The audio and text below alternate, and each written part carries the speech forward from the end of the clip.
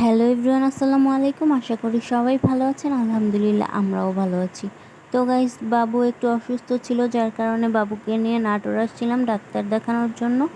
তো ডাক্তার দেখানোর পর বাবুর বাবা বলছিল যে চলো তোমাদেরকে নিয়ে নাটোর রেল স্টেশন থেকে ঘুরে আসি। তো আমিও ভাবলাম যে বাবু অসুস্থ থাকায় যেহেতু বাবুকে নিয়ে কোথাও ঘুরতে যাওয়া হয়নি, তাহলে রেল স্টেশন থেকেই ঘুরে আসি। তো এতে করে বাবুও খুশি হবে আর আমারও কিছু ভিডিও করা হয়ে যাবে। আর এখানে এসে তো বাবু মহা খুশি, দেখতেই পাচ্ছেন সে আমাকে ভয় দেখাচ্ছে।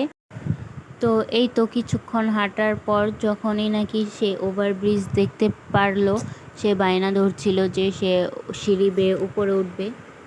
তার বাবাও তার হাত ধরে তাকে উপরে নিয়ে যাচ্ছিল।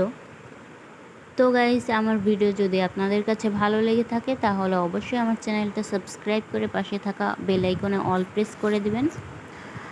আর আপনাদের ফ্রেন্ড অ্যান্ড ফ্যামিলির সাথে আমার ভিডিওটা শেয়ার করে দিবেন। আর ভিডিওতে লাইক দিতে কিন্তু একদমই ভুলবেন না। তো গাইস, এই তো দেখতেই পাচ্ছেন যে বাবা ছেলে সিঁড়ি বেয়ে উপরে উঠলো। এই তো আবার নিচে নামছিল। আর আপনাদের কাছে হয়তো দেখে মনে হচ্ছে যে তাকে খুব কষ্ট দেওয়া হচ্ছে, তাকে টেনে হিঁচড়ে নামানো হচ্ছে বা উপরে উঠানো হচ্ছে, কিন্তু আসলে তা নয়। সে কোলে উঠতে একদমই চাচ্ছিল না, সে চাচ্ছিল নিজে নিজে হাঁটতে। আর তাকে তার ইচ্ছা মতোই এভাবে হাঁটানো হচ্ছিল, সে এতে খুব আনন্দ পাচ্ছিল। তো এই তো দেখতেই পাচ্ছেন সে নিচে নামার পর আবার সে কান্নাকাটি করছিল যে সে উপরে উঠবে। এই তো সে বায়না ধরছিল যে সে আবার সিঁড়ি বেয়ে উপরে উঠবে, নামবে, মানে এভাবে খেলাধুলা করতে চাচ্ছিল। তো আমরা বলছিলাম যে না বাবা চলো এখন আমরা চলে যাই। এই তো তারপর সে নিজে নিজেই যেতে চাচ্ছিল, আমি তাকে টেনে নিয়ে আসলাম।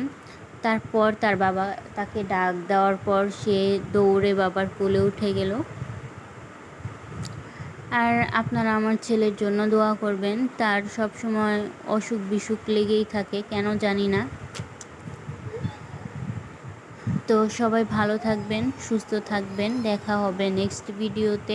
আজকের মতো এখানেই বিদায় নিচ্ছি। আল্লাহ হাফিজ।